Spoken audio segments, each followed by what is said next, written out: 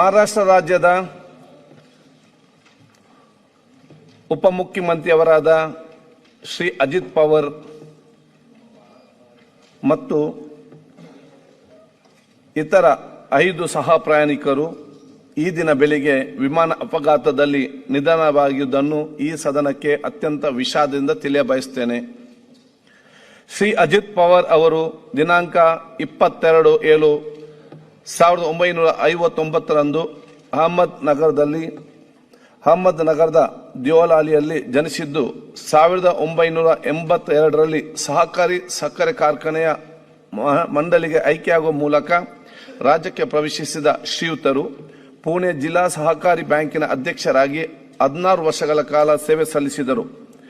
1991ರಲ್ಲಿ ಬಾರಾಮತಿ ಕ್ಷೇತ್ರದಿಂದ ಮೊದಲ ಬಾರಿಗೆ ಲೋಕಸಭೆಗೆ ಆಯ್ಕೆಯಾಗಿದ್ದ ಅವರು ಕೇಂದ್ರ ರಕ್ಷಣಾ ಸಚಿವರಾಗಿ ಸೇವೆ ಸಲ್ಲಿಸಿದರು. ನಂತರ ಬಾರಾಮತಿ ವಿಧಾನಸಭಾ ಕ್ಷೇತ್ರದಿಂದ 7 ಬಾರಿ ಮಹಾರಾಷ್ಟ್ರ ವಿಧಾನಸಭೆಗೆ ಆಯ್ಕೆಯಾಗಿದ್ದರು. ಕೃಷಿ ಮತ್ತು ವಿದ್ಯುತ್ ಖಾತೆ ರಾಜ್ಯ ಸಚಿವರಾಗಿ, ಮಣ್ಣು ಸಂರಕ್ಷಣೆ, ವಿದ್ಯುತ್ ಮತ್ತು ಯೋಜನಾ ರಾಜ್ಯ ಸಚಿವರಾಗಿ, ನೀರಾವರಿ ಇಲಾಖೆಯ ಸಂಪುಟ ದರ್ಜೆ ಸಚಿವರಾಗಿ, ಗ್ರಾಮೀಣ ಅಭಿವೃದ್ಧಿ ಸಚಿವರಾಗಿ ಹಾಗೂ ಮಹಾರಾಷ್ಟ್ರ ವಿಧಾನಸಭೆಯ ವಿರೋಧ ಪಕ್ಷದ ನಾಯಕರಾಗಿಯೂ ಸೇವೆ ಸಲ್ಲಿಸಿದರು. ಮಹಾರಾಷ್ಟ್ರ ರಾಜ್ಯದ ವಿವಿಧ ಸರ್ಕಾರಗಳಲ್ಲಿ ಅಡಿಯಲ್ಲಿ 6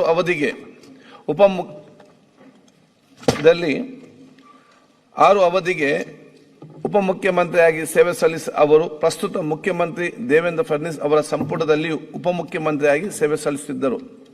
ಬಡವರ, ದೀನದಲಿತರ ಮತ್ತು ರೈತರ ಧ್ವನಿಯಾಗಿ ನೇರ, ನಿಷ್ಠುರ ಮತ್ತು ದಿಟ್ಟ ರಾಜಕಾರಣಿ, ಹಿರಿಯ ಸಹಕಾರಿ ಧುರೀಣ ಅಜಿತ್ ದಾದಾ ಎಂದೇ ಖ್ಯಾತರಾಗಿದ್ದ ಶ್ರೀಯುತರು ಈ ದಿನ ಅವರ ಕ್ಷೇತ್ರವಾದ ಬಾರಾಮತಿಯಲ್ಲಿ ಹಮ್ಮಿಕೊಂಡಿದ್ದ ವಿವಿಧ ಕಾರ್ಯಕ್ರಮಗಳಲ್ಲಿ ಭಾಗವಹಿಸಲು ವಿಮಾನದಲ್ಲಿ ತೆರಳುತ್ತಿದ್ದಾಗ ಉಂಟಾದ ವಿಮಾನ ಅಪಘಾತದಲ್ಲಿ ಮೃತಪಟ್ಟಿದ್ದಾರೆ. ಮಹಾರಾಷ್ಟ್ರ ರಾಜ್ಯದ ಹಿರಿಯ ರಾಜಕಾರಣಿ ಶ್ರೀ ಅಜಿತ್ ಪವಾರ್ ಅವರು ದಿನಾಂಕ 28 ಜನವರಿ 2026ರಂದು ನಿಧನ ಹೊಂದಿರುತ್ತಾರೆ.